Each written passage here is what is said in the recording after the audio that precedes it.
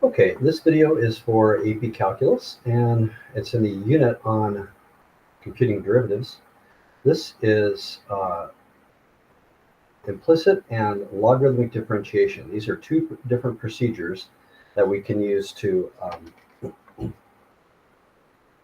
find a derivative when it is not easy or possible to solve ahead of time for the y variable. That's the main purpose of these. There's two different procedures. We're going to learn the implicit differentiation procedure first and then the logarithmic one. The implicit one is used very frequently. It's a big part of one particular class of problems called related rates problems, but also we can just use it whenever we want to find something here. So this first procedure, the implicit differentiation procedure, is, like we said, useful when you do not have the ability to solve the variable for the expression for the y variable. So here, we may want to find the equation of a tangent line, find the slope of the tangent line to this curve at the point -1, 2, and here is a curve, right? This is not a function. If you were to graph it, it's not going to obey the vertical line test. And more importantly, we cannot solve this for y. Right? If we could solve it for y, then we could just use shortcuts or product rule, quotient rule, chain rule to be able to take the derivative. But this one we cannot solve ahead of time for y. So when that's true, we do the implicit differentiation procedure. And basically what this procedure says is we just go ahead and take the derivative with respect to x first, term by term with it in order, and then we solve for the dy dx afterwards. So if we can't solve for the y ahead of time, we take the derivative first, then we solve for the derivative. Okay, now I notice here too that we have this first term has x cubed, and then we have an x times a y, so that is a product. And that means that since y is a function of x, there is embedded in this also the x variable. So that means we're going to have to use product rule here. And then we have this term, and then we have this term. So I like to go ahead and show the derivative being done with derivative operators. And I find that if you do this, you make less mistakes. So what I'm going to do is take the derivative of each term. Since we're finding the slope of the tangent line, that slope of the tangent line is going to be dy dx. And that means that the independent variable is x, so we're taking all derivatives with respect to x. So that means I'm going to use this notation here. d dx, okay, d dx, take the derivative of the x cubed term. And then for this product rule, I'm going to do the product rule, which is first times the derivative of the second, plus the second, y, times the derivative of the first. So that's this term. It expands to two terms because of the product rule. And then we have this plus the derivative with respect to x of the y cubed term. And then on the other side of the equation, we have the derivative of the constant. Okay, so when we take these derivatives, the first one, we're just going to take the derivative, and that is 3x squared. Then plus, then we have this x, no derivative there, so I'm just copying it, and then I'll take this derivative. So the derivative here is 1, right? But because this letter wasn't x, right, because this letter was a y, but the derivative with respect to x, that means this y is a function of x, and therefore we have to multiply by the derivative of that function. We have to do the chain rule, so we're going to multiply by dy dx. Okay, so that's the key. We've got to make sure that if the letters don't match, we multiply by that letter dx to make this derivative in terms of x. And then I have this term has a y, no derivative, and then this derivative here is just a 1, but letters match there, so I don't need a chain rule, because that's just x. And then the derivative here would be 3y squared, but because those letters don't match, I'll change the color to highlight that again. Those letters don't match. That means that we have to then do the derivative of this inside function. So right, the something cubed function is what we did here, 3 times something squared. That's the derivative of the outside function, but then you multiply by the derivative of the inside function by the chain rule, right? Okay, and then finally on the other side of the equal sign, we have a derivative of a constant, which we know is 0. Okay, so for implicit differentiation, you take the derivative of each term in place, careful to obey product rules when you encounter them, right? And then because there's y's in this equation, that means there's going to be some terms at least that have a dy multiplied by a dy dx. Then what we're going to do is now solve this algebraically for dy dx. So these two terms have that, so we're going to keep those on the left side. But these two terms we're going to move to the other side. So we're going to say we have x times dy dx plus 3y squared times dy dx. Right? And then on the other side, if I subtract this over, it's negative y, and then subtracting that over, it's negative 3x squared. And then finally, what we can do is factor out this dy dx. So I have x plus 3y squared dy dx's equals negative y minus 3x squared. And then finally, to solve for the dy dx, I can divide by this. So we have dy dx equals negative y minus 3x squared over x plus 3y squared. So when you do implicit differentiation, the derivative usually is a function of both x's and y's. So to be able to evaluate that, because we're talking about some curve that is not necessarily a function, that means you might need to be able to separate like this from this. Even though they're at the same x, there's different y's, and we might have different tangent lines at different places. So in general, with implicit differentiation, the derivative you'll have to plug both the x and the y so that you can get the appropriate value there. All right, so now let's finish the problem. The problem says to find the slope of the tangent line, that's this. So we're going to evaluate this. One way to show that is we're going to plug in -1 for x and 2 for y. So that means we have negative, let's see, 2, because that's a y, minus 3 times 1 squared. And then this is -1 plus 3 times 2 squared. Right? And so that can be the answer, right? They just asked for the slope. If we wanted to go further, though, a lot of times these kind of problems go further and say, write the equation of the tangent line. So now I'm adding on to this. Let's do another one. What if this said to find the equation of the tangent line?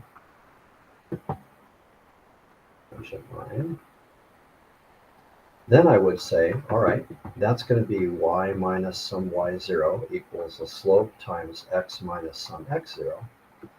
Right? The y0 is this point of tangency, so that's the y coordinate is 2, and this is x minus -1, so plus 1. This slope here is this. So I'm going to go ahead and simplify it so we can get a single number here. That's -2 minus 3 over -1 plus, let's see, 4 times 3 is 12. So that's going to be -5 over +11, and that is the slope that we would plug in here. So we could also take this a step further and use that slope along with the point to find the equation of the tangent line. Okay, so that's a typical implicit differentiation problem. Let's take a look at another example. Here's a second one that we can do. So let's go ahead and try that one. Actually, this.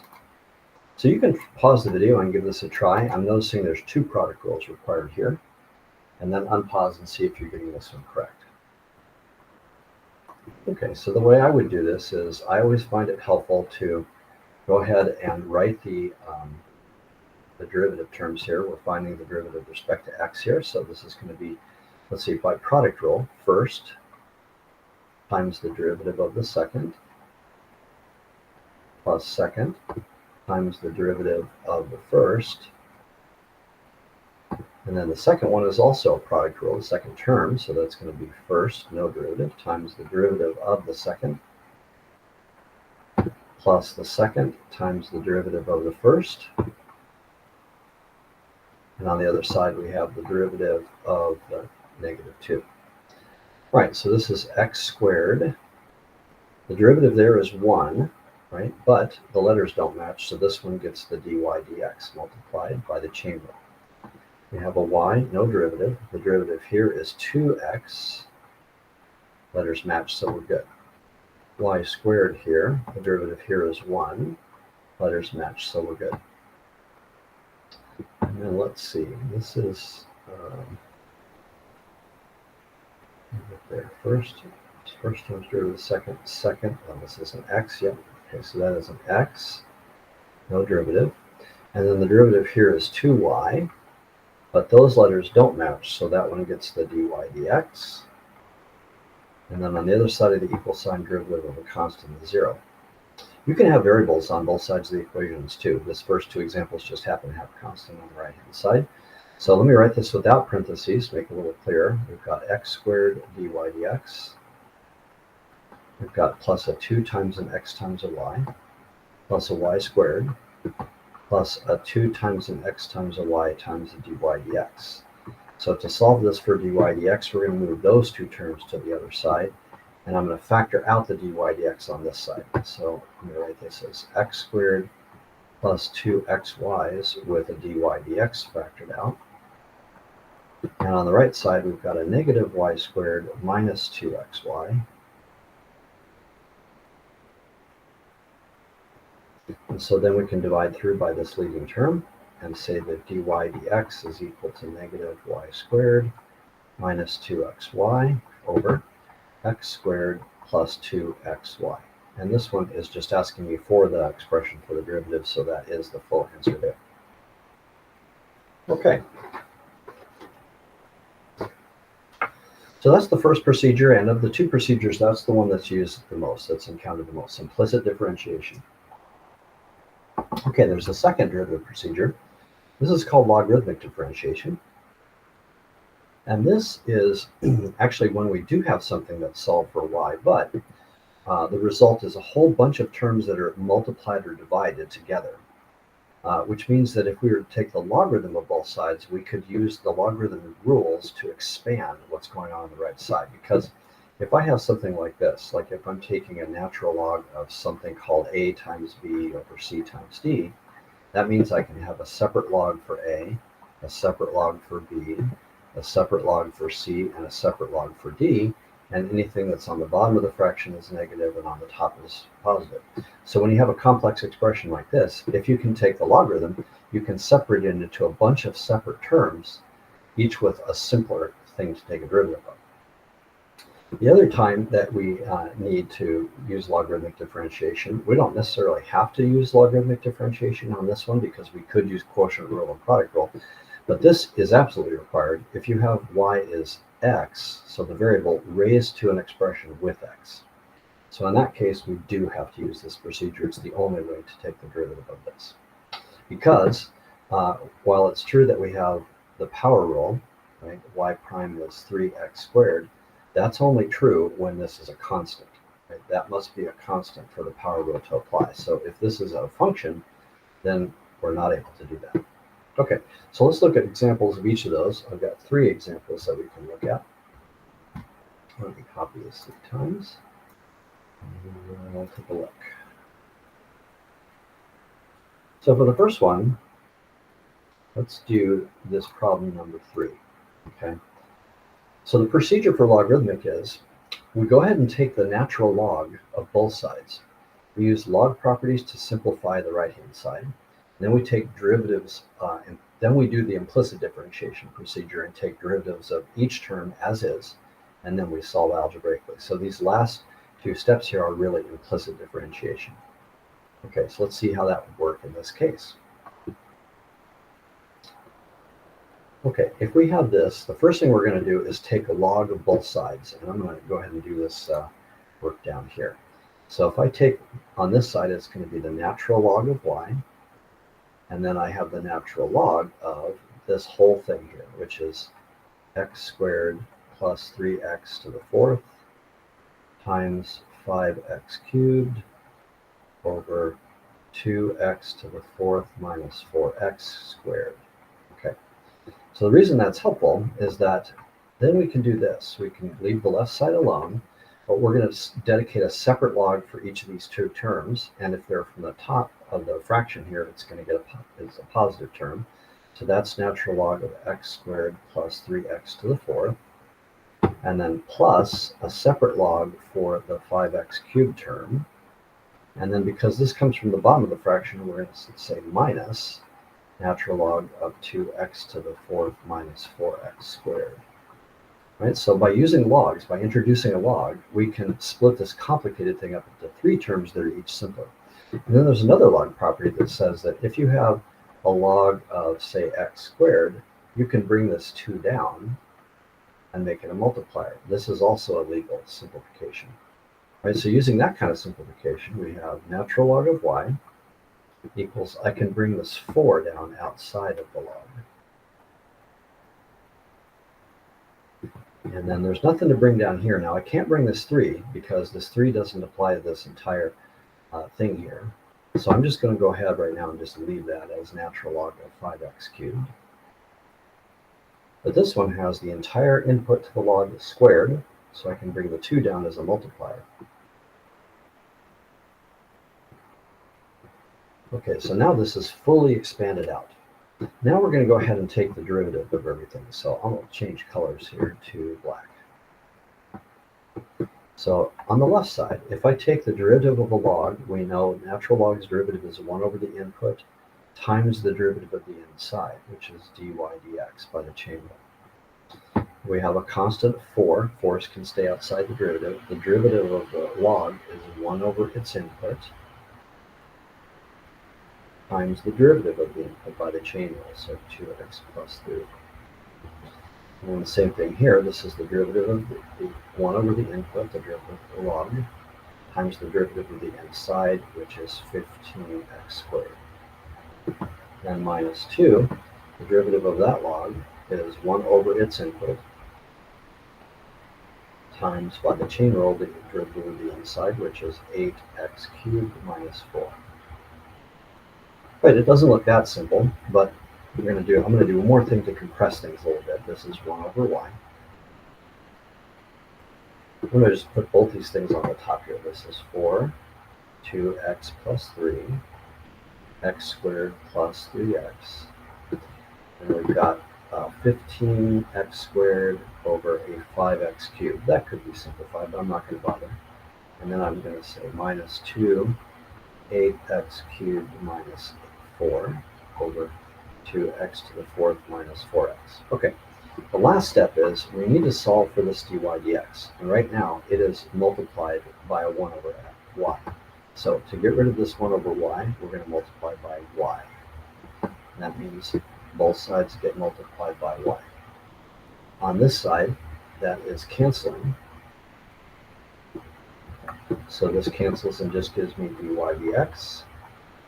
And then typically what we do is we just write, we don't simplify, we just go ahead and write this over again.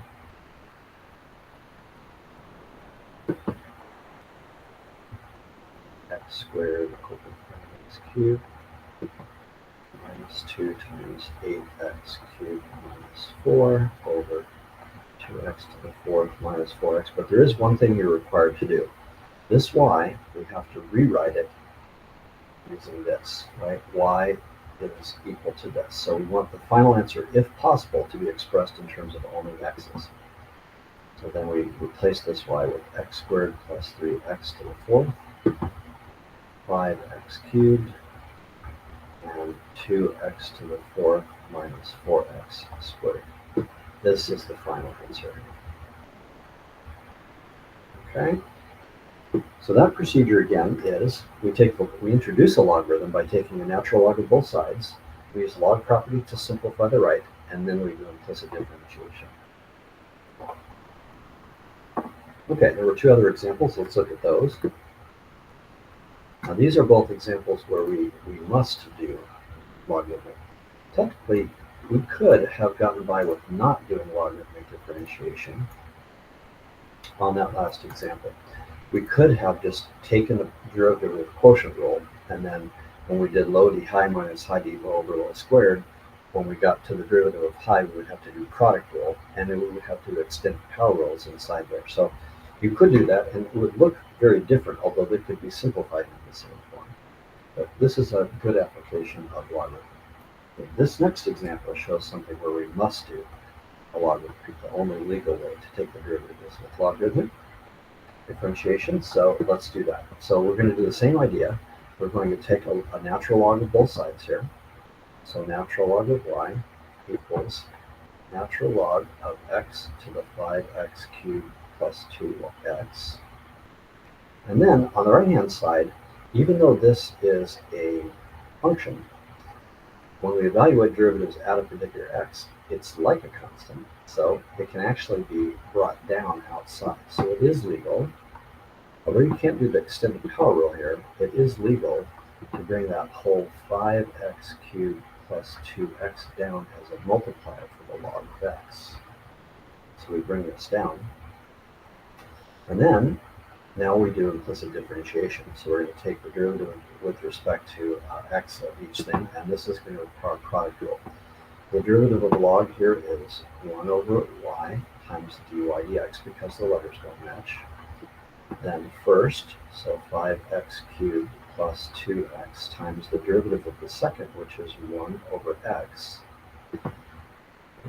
plus the second natural log of x times the derivative of the first, which is 15x squared plus 2.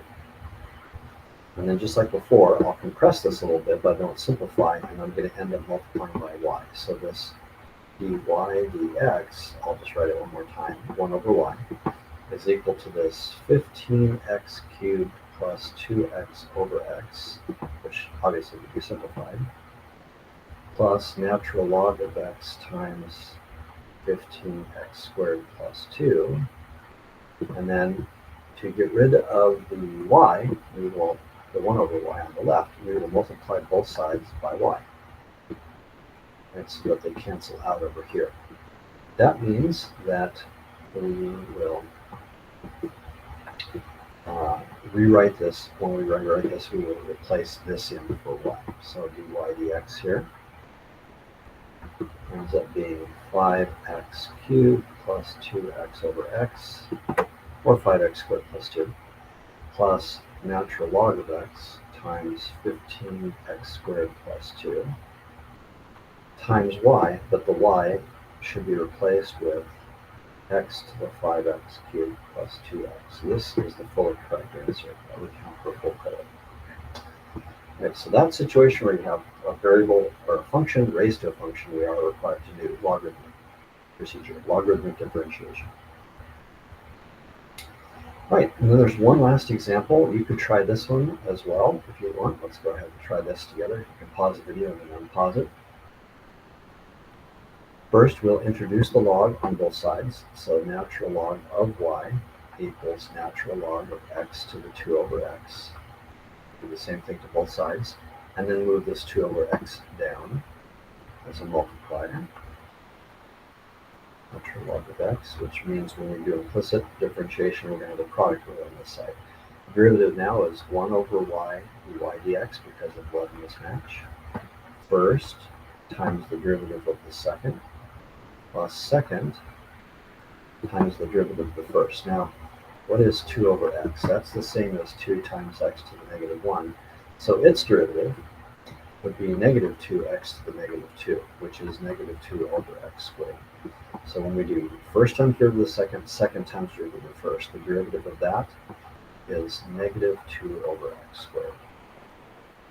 All right, so then I've got dy dx is equal to 2 over x squared, and we've got minus 2 natural log of x over x squared. Okay. And then to clear that y, we will do y on both sides, which means that we have just dy dx equals, these are over a common denominator, 2 minus 2 natural log of x over x squared. And then for the y, we're going to repeat that that's x to the 2 over x. All right, there is the answer. Okay, so two procedures. They're quite a bit more complicated than just using shortcuts, but also very helpful, particularly the implicit differentiation procedure that occurs very frequently.